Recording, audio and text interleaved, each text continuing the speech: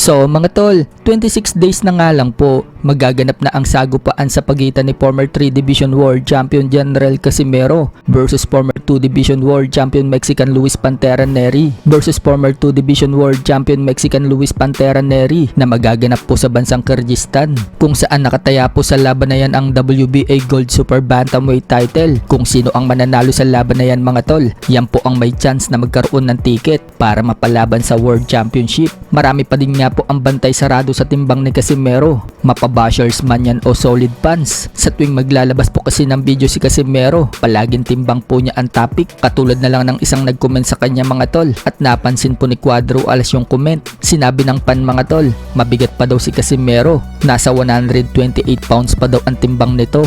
Nag-response naman po dyan si Cuadro Alas mga tol, at sinabing 138 pa daw ang timbang niya. So base po sa sinabi ni Casimero, mukhang binaliktad niya lang. Baka nga 128 pounds na yung timbang talaga niya. Kung 128 pounds na ang timbang ni Casimero, mababa na po yan dahil malayo-layo pa ang laban. Hindi naman kasi kukunin agad ni Casimero ang timbang na 122 pounds. Magme-maintain muna yan sa 130 pounds pababa. Tapos isang linggo bago ang laban, doon pa lang niya kukunin yung 122 pounds. Para pagkatapos ng weigh-in mga tol, makarecover ang katawan ni Casimero. Sa kabilang banda naman mga tol, nagbigay po ng prediction sa laban ng Casimero versus Terry ang Pinoy boxer na dating naka-sparring ni Naoya Inoue na si Arnel Bacunaje. Ayon kay Arnel Bacunaje, magandang laban daw ang Casimero versus Neri at papabor daw siya kay Casimero by knockout. So naniniwala po si Bacunaje mga tol na knockout ang sasapitin ni Neri dito kay Cuadro Alas. Sa ibang banda naman mga tol, top contender sa Super Bantamweight Division na si Carhames Martin,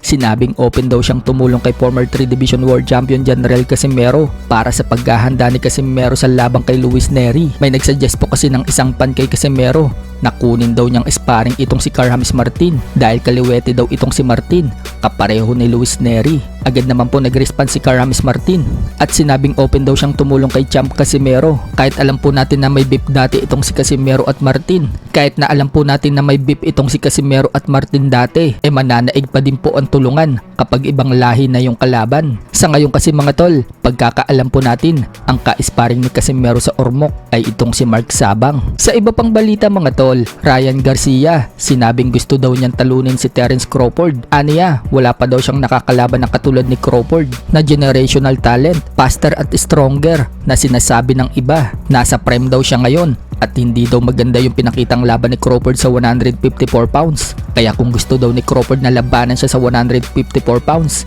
palag daw siya. Sa tingin din daw niya, siya daw ang una magbibigay ng talo dito kay Terence Crawford. You think you're the first guy to give Terence Crawford his first loss? Yes.